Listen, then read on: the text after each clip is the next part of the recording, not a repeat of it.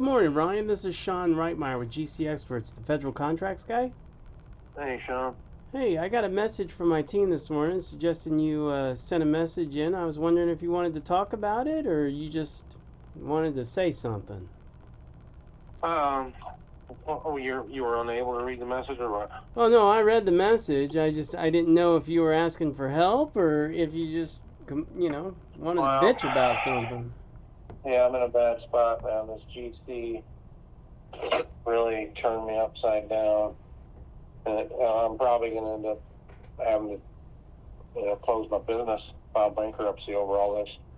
Can you give me a little insight? Because some people, when they say government, they mean city, county, and state, but some people mean federal. Do you know if it was Yeah, it was federal. It was on the Fort Hood base in Killeen, Texas. okay? And Uh, were you a subcontractor to a prime? yep. Okay, I can help. Has it been within 1 year since you were on site doing work? Yeah, I demobilized just a couple days ago. Okay, Actually, Thursday, I believe. I finally completed demobilization and left site. okay. There's something called the Miller Act. I've It, heard of that. okay, look, on a federal contract, you can't just go in and file a lien on federal property. Right. But there's this alternative protection mechanism called the Miller Act. And the Miller Act allows you to go after the bonding company. Okay.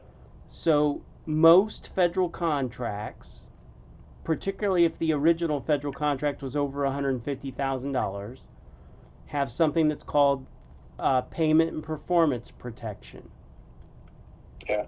And most federal contracts over 150,000, one of them is uh, payment, payment and performance protection, payment. Right. So the first step is to contact the contracting officer and let them know, hey, I was a subcontractor on this job and I wasn't paid. I want to know if the prime contractor was paid.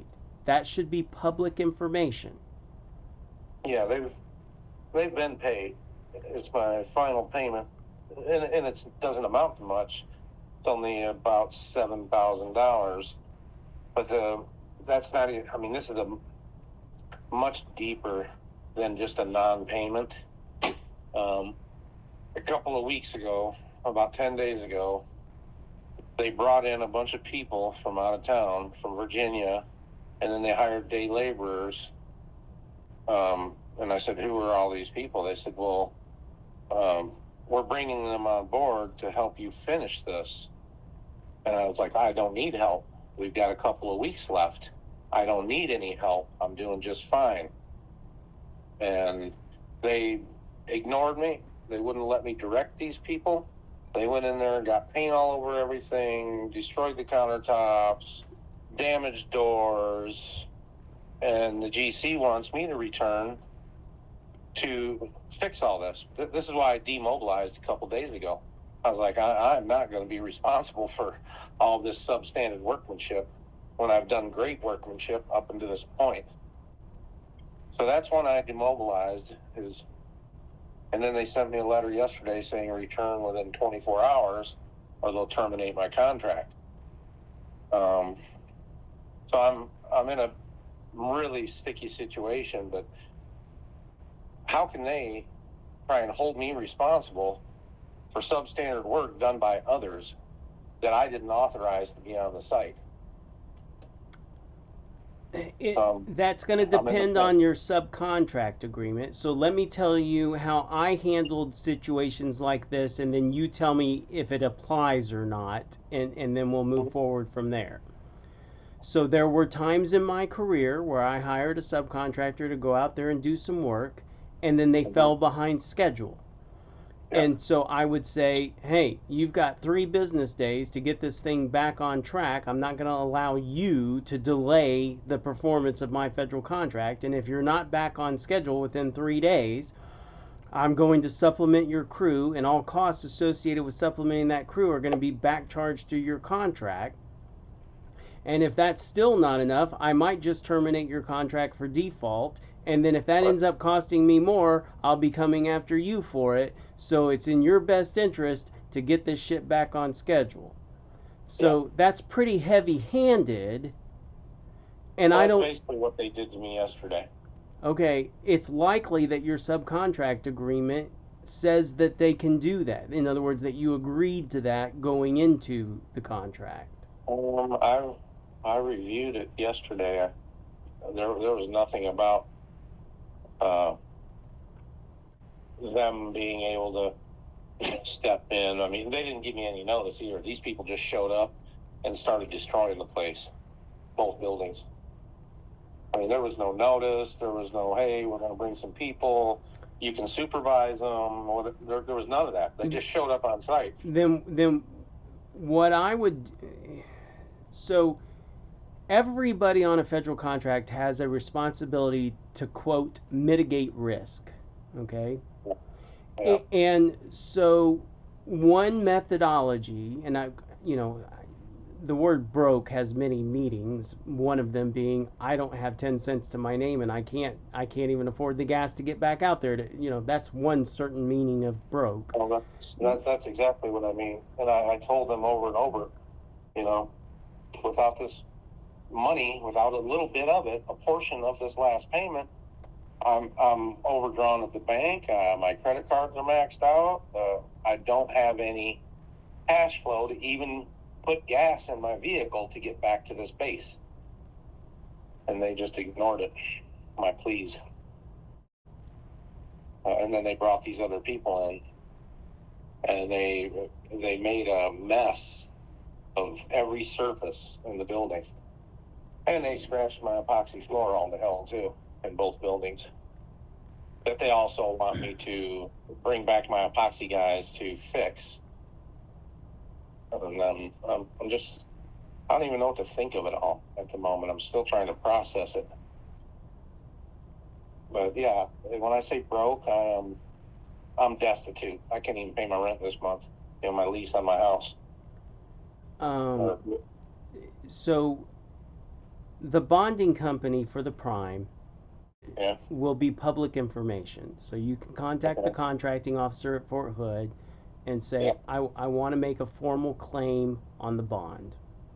Okay. How that's going to work out for you? Probably not. I mean, I'm just a little guy. They got $600 an hour lawyers for this prime contractor, Yeah. And part of this is why I always teach you want to be the prime contractor, you want to be in charge of the money. And I, every once in a while over the last 15 years, one of my guys has contacted me and said, hey, I'm thinking about being a subcontractor on this job. And I go, dude, that is not what we taught you to do. There's no reason for anybody, there is a place in this world for subcontractors. I mean, I get it, you're coming out of high school, you learn a trade, you get fairly good at it, you want to make a living for yourself, but then all of a sudden you get tied up into these big federal contracts thinking that this is going to be a good deal, but the prime contractor holds all the cards. Yeah, that's for sure. And the only reason that anybody would be a subcontractor and not a prime is only because they don't know what the process is to be a prime in the first place. And that's really, if you watch any of my videos, I'm trying to educate the public that you want to be in control, you want to be the prime, you want to be, you want to be the middleman between what the federal government is spending money on and the people that know how to do the work. But in the beginning too, I had it in my proposal, my contract that I sent to the prime, because I have experience with this prime over the last 4 or 5 years.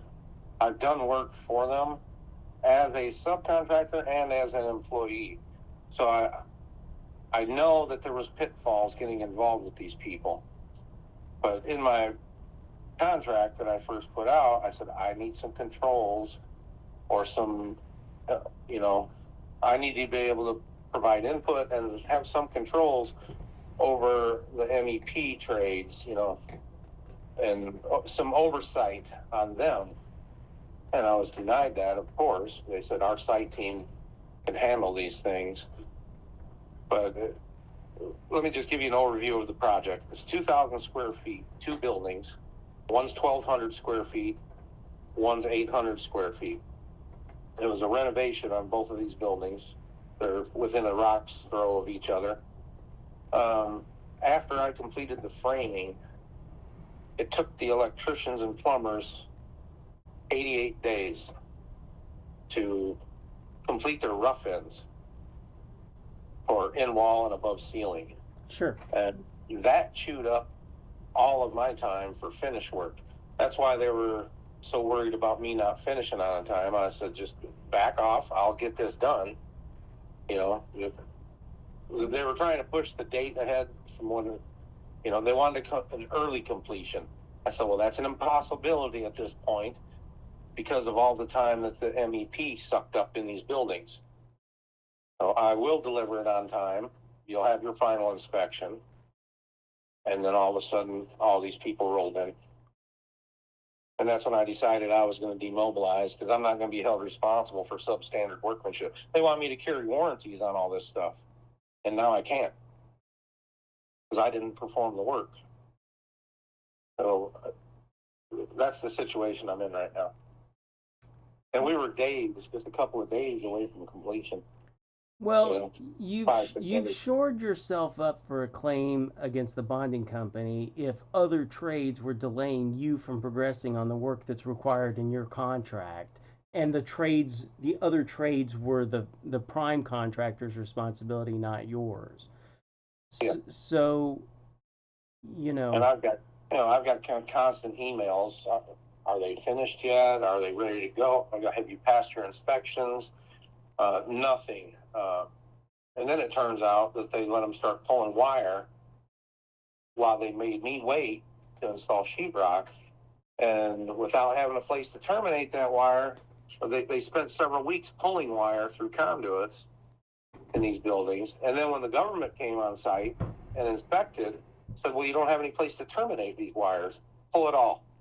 So they made them pull it all. So several weeks went by of them pulling wire that they should have never tried putting inside the building. They were supposed to do in-wall and above-ceiling conduit work only. And it went on for over 80 days. It was, and to me, that's unreasonable for 2,000 square feet of building with no communications. I mean, it was just pure electrical work and some thermostats, you know, HVAC. It wasn't like it was a data center where there was miles and miles of wire to be pulled or conduits. I mean, to me, over 80 days is an unreasonable amount of time for them to delay me. The best advice that I can give you at where you're at today, and I would have given you some different advice had you called me 3 months ago, but Okay. Today, the best thing that you can do is get a hold of the contracting officer, find out who the bonding company is for the prime, call their office and tell them that you want to go through the process of filing a claim against the bond. Okay, there's arbitration involved. It does say that in the contract. And arbitration is to take place in Virginia. But arbitration is associated with a lawsuit, okay? In lieu of a lawsuit. Filing a claim against the bond is your right regardless of anything. Okay. Okay? Yeah. And Understood. So when you contact the bonding company, you tell them that you want to file a claim against the bond. Okay. Okay? And then you come up with what the damages are. Okay. From you being precluded from getting your work done. Yeah. And that these were the decisions of the prime contractor, had nothing to do with your willingness and ability to get the work done. No, once they finally passed inspections, you know, for MEP, we hustled right through sheetrock, painting, you know, I'll just tell you this, that a prime federal contractor, the most important relationship that they have in business is not with the federal government. It's with their bonding company. All right. When the bonding agent calls them, they answer that phone on the first ring. every time. Got it. It's that important. It's crucial. Because Okay. a bonding company will not issue a bond to a federal contractor unless they believe it's zero risk. Zero. That's Correct. different than any other kind of insurance. If you go out and buy car insurance, the insurance company knows that 20% of the time in your zip code, cars are going to get in accidents and they're going to have claims against the insurance company, and they know their risk going in. Correct. A bonding company will only issue a bond if they believe it's zero risk. That's completely different. Okay? Yeah. That's why a prime contractor will take that bonding agent's phone call on the first ring. Got it. One more question and I'll let you go. Can I file something with the bonding company, a complaint or whatever you want to call it? A claim. A claim, as if it was the insurance company. Can I file the claim for more than what's remaining on my contract and all the damages that I've incurred up to this point? Yes, I would. Yes. Okay, good, because there are many and they're documented. Yeah, I was just trying to do the right thing because I did have a relationship with this prime contractor, and you have 365 days. Excellent. From the last day that you were physically on site doing work under the Miller Act to file a Miller Act claim against the bonding company. Okay, got it. I'm going to do this right away, and then I've got to respond to their letter yesterday because in the first paragraph they said your contract is hereby terminated, and then in the fourth paragraph it says we require you to return to work within 24 hours. So I responded with, so is our contract terminated or do you want us to return in 24 hours? And then of course they came back and said, well, it very clearly stated that you were to return in 24 hours. And I was like, well, no, it was not. It was not clearly stated. What's the name of the prime contractor? Procon International. They're out of Sterling, Virginia. Yeah, I never heard of them. No, they've got many umbrellas that they work under. RP Group, R2 Build, and a couple others I can't recall at the moment. What they did, they were an overseas contractor for the U.S. government, like in Afghanistan and different places. They're a bunch of Afghani guys, normally, typically a good group of guys. But, here recently, all I kept hearing it was, business is business, Ryan. I was like, okay, that's the way you want to be, even though you told me, we were going to try and be a partnership and do some teamwork on this job. That's why I gave them such a sweetheart deal in the beginning. And here's another thing that's eating away at me. They didn't even provide me with the specifications, even though I asked for them multiple times. And the owner, Wasi Shahab, he kept telling me, Ryan, I just need a price to give it to the government to let them know that we have a subcontractor willing to do these 5 trades.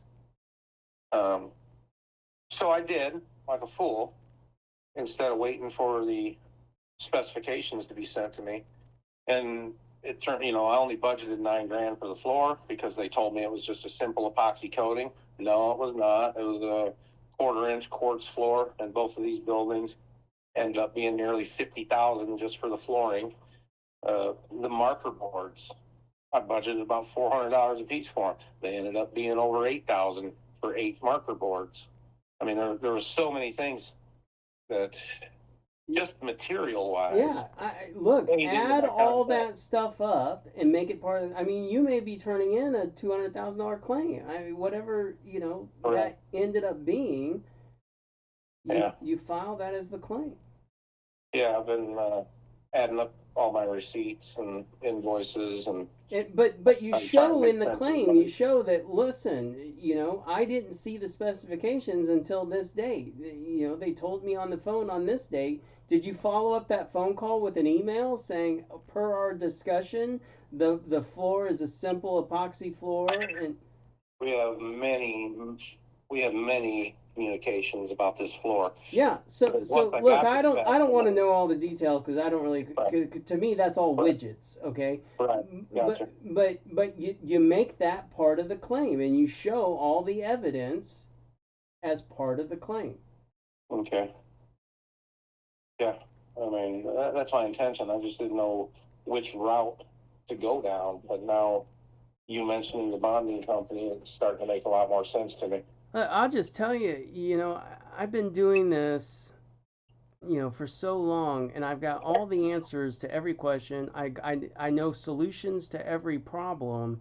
People just need to reach out and ask me, and that's why I responded to your text. I guess for my team, I all they didn't do even, is they say, "Hey, this guy sent a message, and maybe you might want to give him a call." yeah, And I didn't even think you'd see that message. I thought that was just some one-way messaging system for marketing. it kind of is, but I'll just tell you, I see everything. I told my team that I want to see everything. Like I don't need to see it instantaneously, but send me messages, tell me who's interacting, and that way, I heard somebody say something a long time ago. He said, "Help people by actually helping them." Right, right. Don't just say you're gonna help people. Fucking do it. Yeah. That's it. That's a good one. Yeah. Well, it's sound advice as well. Yeah. And when I heard that, I thought, you know what? I'm just gonna help people by actually helping them. So yeah, I read every message that comes in, and if I can help you, I'll tell you. Here's some ideas, and because it's so scary when something happens and you just don't know. That not knowing is the biggest problem for anybody in the construction industry Yeah. because we're products of our environment. We're only exposed to what we're exposed to, and so yeah, it's really smart of you to reach out and even embarrassingly say, hey, this is my situation. Well, fuck, Yeah, I screwed up. I'm not going to ask you for anything. I'm just going to say, here's some ideas.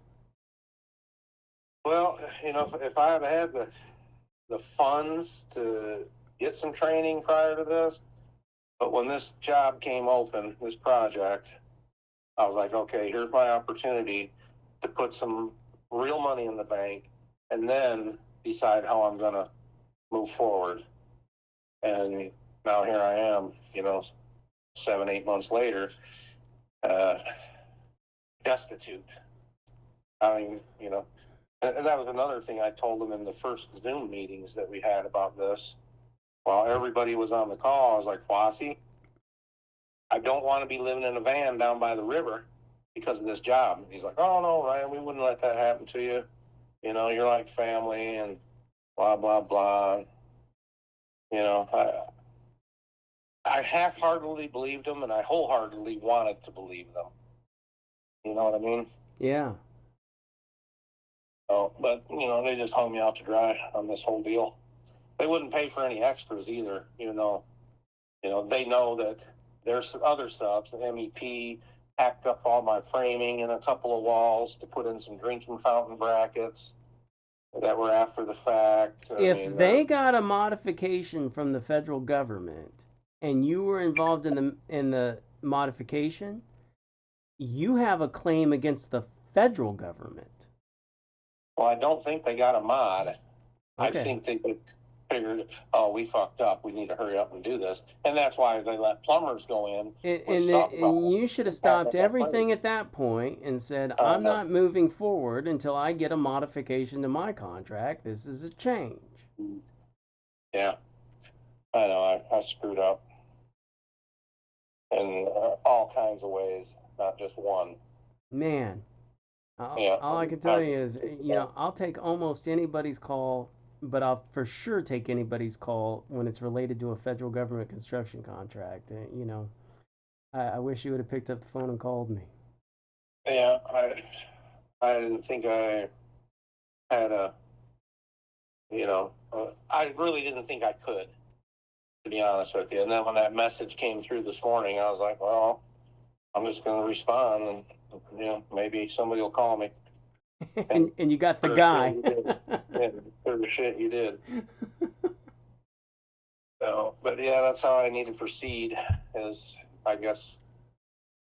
Oh, one more thing I want to mention. In my contract, it says I'm not to be contacting the government. That all communications need to go through the prime, and then to the government. Am I going to get myself in trouble by emailing the contract manager? Nope. And it's not a contract manager, it's a contracting officer. And understand that that they are a federal government employee. Who are they employed by? Army Corps of Engineers. Okay. Who's that's the part. United States government. Who is the United States government? You got me on that one. Who is okay? You ready for it? It's 3 simple words. We the people. We the people. Okay? They work for you. They work for me. They are a public servant. Got it. Are you a member of the public? Absolutely. Do you think you have every right to pick up the phone and call them? I believe I do. Hell yeah, they're a public servant. They work for we the people. No contract can prevent you from contacting a public official. Okay. It does say in my contract with the prime that, I'm not supposed to have any communications or contact with them under penalty of whatever, blah, blah, blah. Okay, then bring it on. If that becomes a problem for you, pick up the phone and call me.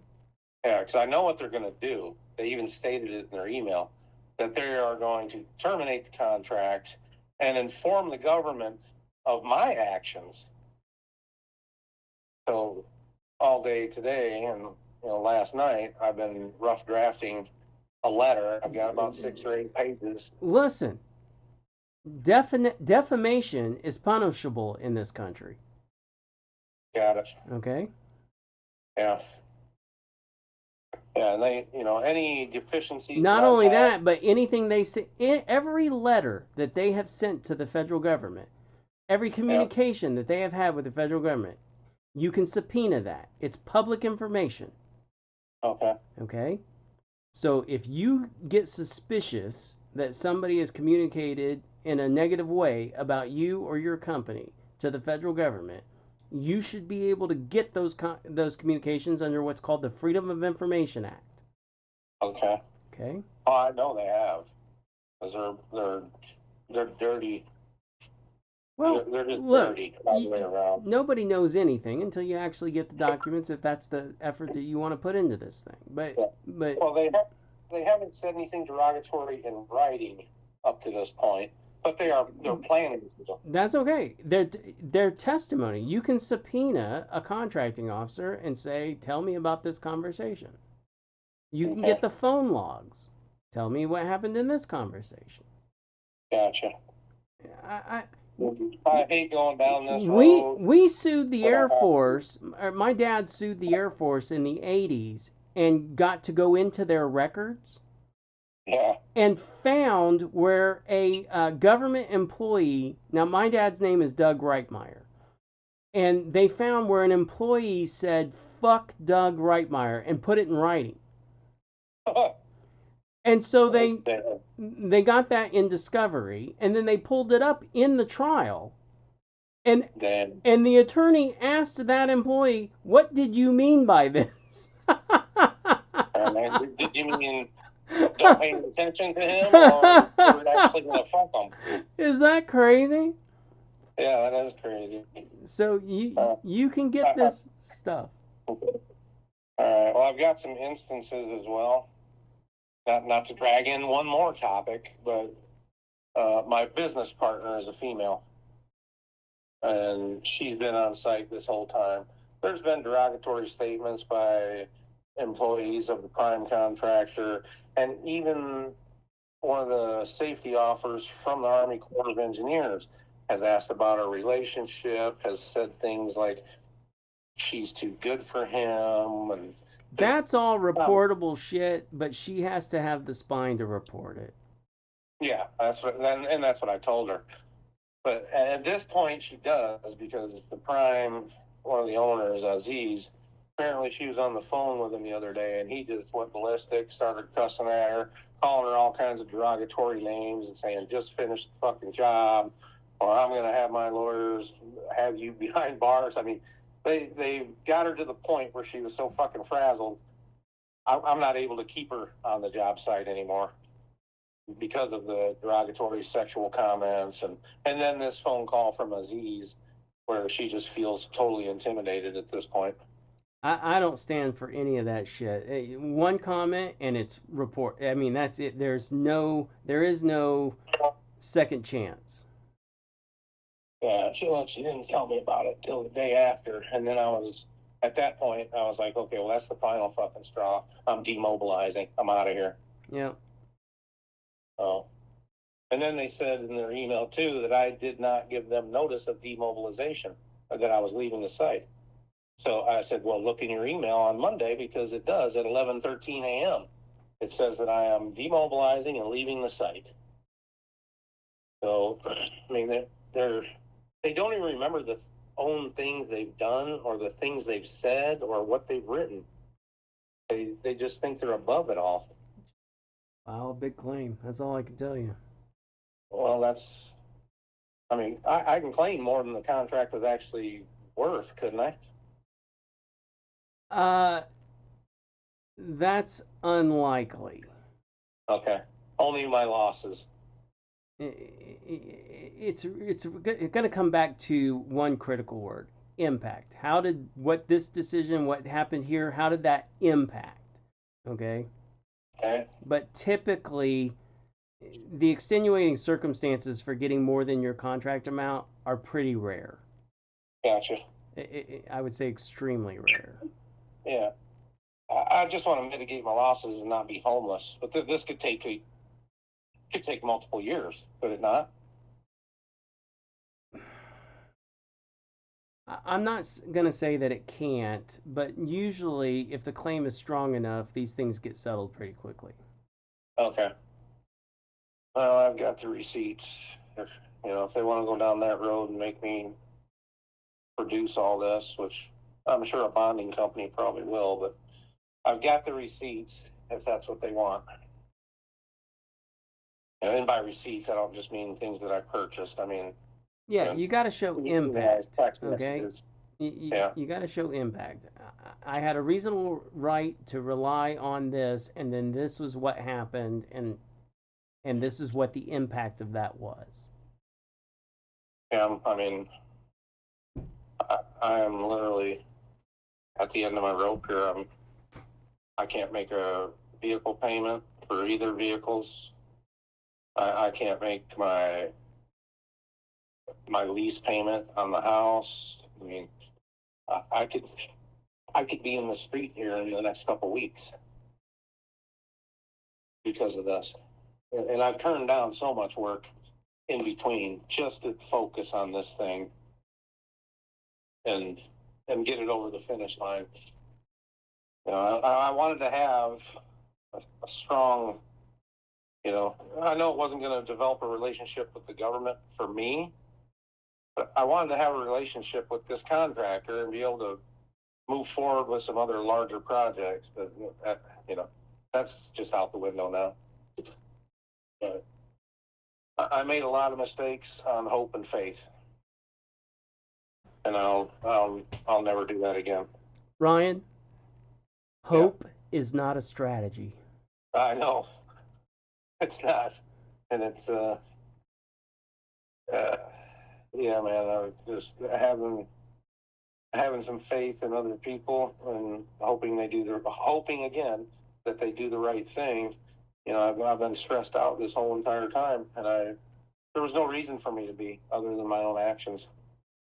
I could have put a stop to this months ago and just walked off the job for certain reasons, but I didn't. I wanted to push through and do what I believed to be the right thing at the time. So, but that's where I'm at today. I'm just I'm completely upside down. So, but you've given me some information. I can move forward now.